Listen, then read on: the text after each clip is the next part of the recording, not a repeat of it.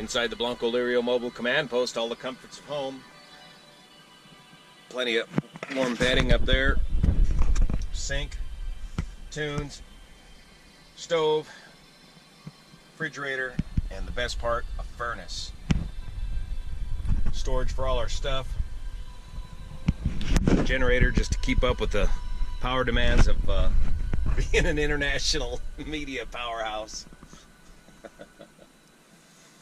All we need is 4G and we're on the road. People were asking, can you get in and out of the camper with the bike attached? And the answer is yep. If you drop that bike down to the ground, you can open up the door just that much.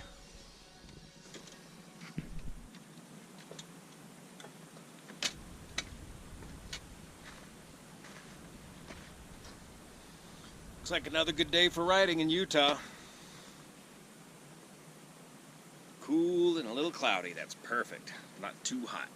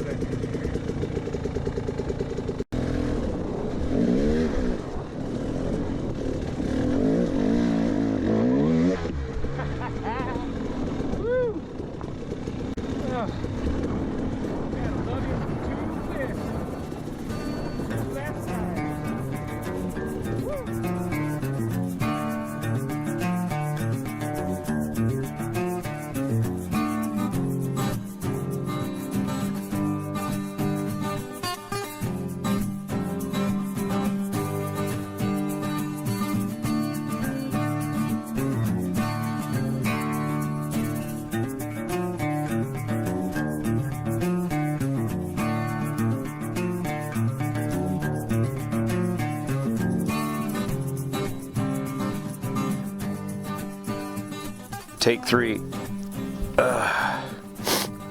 It's the end of March here in the Gemini Bridges campground here near Moab, Utah, and it's time for a KTM 300 TPI update, 2019 model. I've got just under 900 miles in about 60 hours of riding on the machine, purchased about 6 months ago, and so far 0 issues. I've already got the one update, the preliminary initial impressions update, I'll share with you in a link.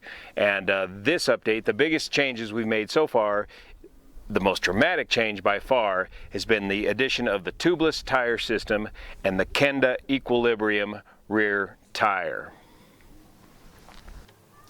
For those of you unfamiliar with the Tubliss system, spelled Tubliss, this is a system that creates a tubeless tire for a spoked wheel. Typically spoked wheels, you can't make tubeless because the air would just leak right out of the spokes. But Tubliss has a design to make this tubeless, and what this gives you is incredible traction, as they call it here, traction control. The system starts with a high pressure 100 psi inner tube which seals the spokes and pushes up against and seals the wall of your tire, creating an airtight airspace for your regular rear tire to run as a tubeless tire. Now that your main tire is tubeless, in this chamber here you can fill it to a very low PSI. In this case I'm running down to 4 PSI. See if we can give you a little squeeze test here. Can you see this? Down to 4 PSI, and it makes it very, very squishy, almost like a flat tire. Here's what it looks like under a high impact load test, reducing the shock of the impact and greatly increasing the contact area and thus traction. The high pressure inner air chamber is small enough to remain in the well of the rim and not get pinched. And the heavy-duty outer shell to the bladder, shown in orange, is what locks the tire onto the rim, creating a 360-degree rim lock, preventing the tire at low PSI from spinning off of the rim. So what this gives you is incredible traction and control over your machine. Typically, especially when I'm riding around here by myself in these rocky areas, with the conventional tube system, one of the biggest concerns out here is getting a pinch flat.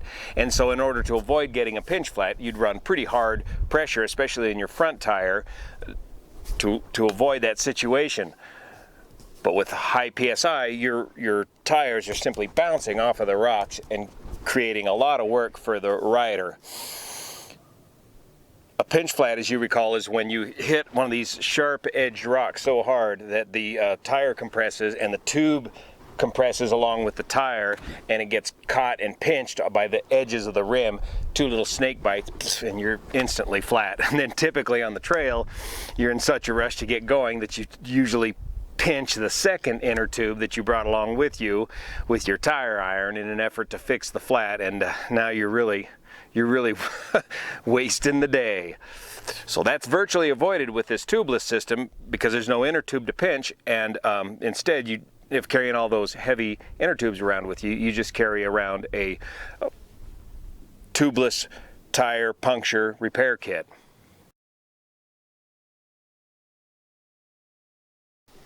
So with the tubeless system down to 4 PSI, when you hit these sharp-edged rocks, that energy is simply absorbed by the tire, and instead of bouncing off the rocks and knocking the bike around, it just absorbs it and rolls right over it. What that means to me as a 56-year-old sea rider, not in the best of shape, is it means less fatigue. I can ride farther and longer with this tire system. When you first get on this thing, it's like riding on pillows. It's an amazing difference. The single best change I've made to the 300 TPI bike so far.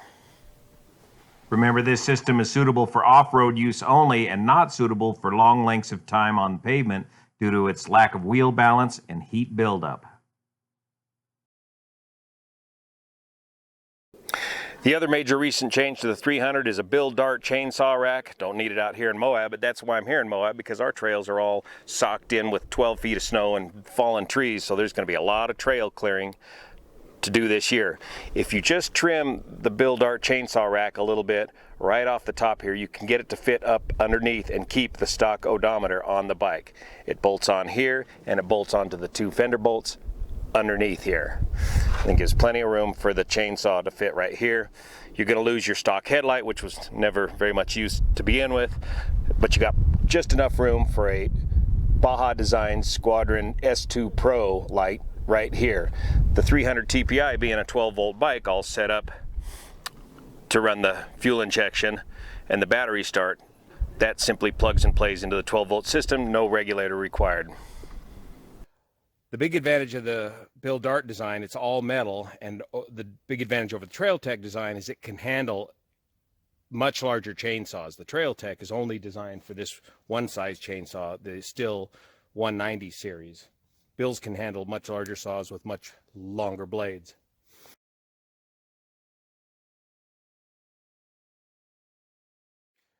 Bill's rack comes with bungee cords already installed, and let me show you. Let me flip this thing around and show you. The bungee cords are such that they stay bolted on. This end of the bungee cord remains bolted on to the rack, so you're not constantly fumbling with losing bungee cords. The other thing is you can keep this sheath on the saw. This cord here binds it up just enough to keep the sheath from falling off the blade of the saw.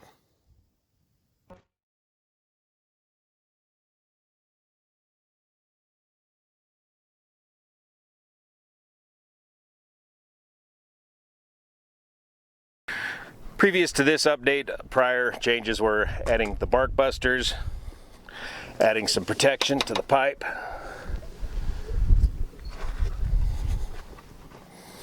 adding a Forest Service approved spark arrestor, adding a little protection to the rear brake disc, and the Spall fan, which plugs and plays, bolts on right there. Just be sure to get the correct relay, which plugs in to the relay box mounted back in here. I've also added the mode control switch, mode 1 and mode 2, so you can change the mapping on the fuel injection. And here in Moab, this is the first time I've extensively used the mode 2 map on these rocky Jeep trails. What I found here in Moab, when you get on the what they call slick rock, which is really a high friction, high traction rock, with this tire system in the 300, your biggest concern now is looping out or having too much throttle and flipping the bike over. So having the mode 2 system, which is a easier hit on the throttle, takes some of that risk out of the equation.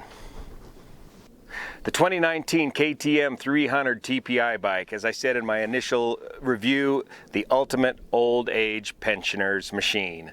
There's been no bike I've ever brought out here to Moab that's made these trails easier and more comfortable to ride than this machine here.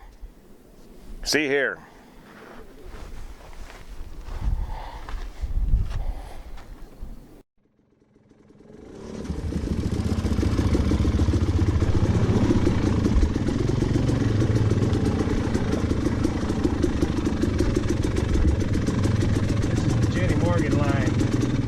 Bulldog line.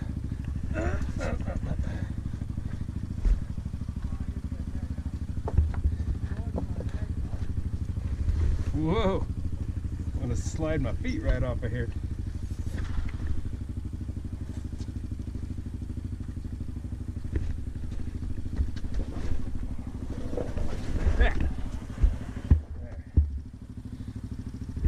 All right, boys, see you here.